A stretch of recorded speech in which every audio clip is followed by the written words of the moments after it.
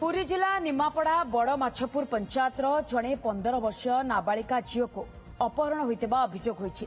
स्थानीय अंचल जड़े युवक अपहरण कर नाबालिका परिवार लोके निमापड़ा थाना अभियोग आनी। युवक जनक नाबालिका झील को निज प्रेम जाल फसाई पर अपहरण कर अभियोग होती। नाबालिका जनक ट्यूशन जाइथिबा बेले आउ घर को फेरी नथिले।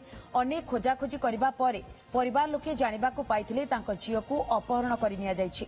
तेबे अपहरणर 6 दिन हेबो झीलर पत्ता न मिली नथिबारु एने चिंतार अछंती परिवार लोक माने। सेपटे परिवार रे अभियोग आधार रे पुलिस एक मामला रुजु करी तदंत आरंभ करिछि। पुलिस तरफ गोटे केस रेजिस्टर करा जाई तदंत करा जाउती एवं ताकू उद्धार करिया पई सब प्रकार चेष्टा हमर चली।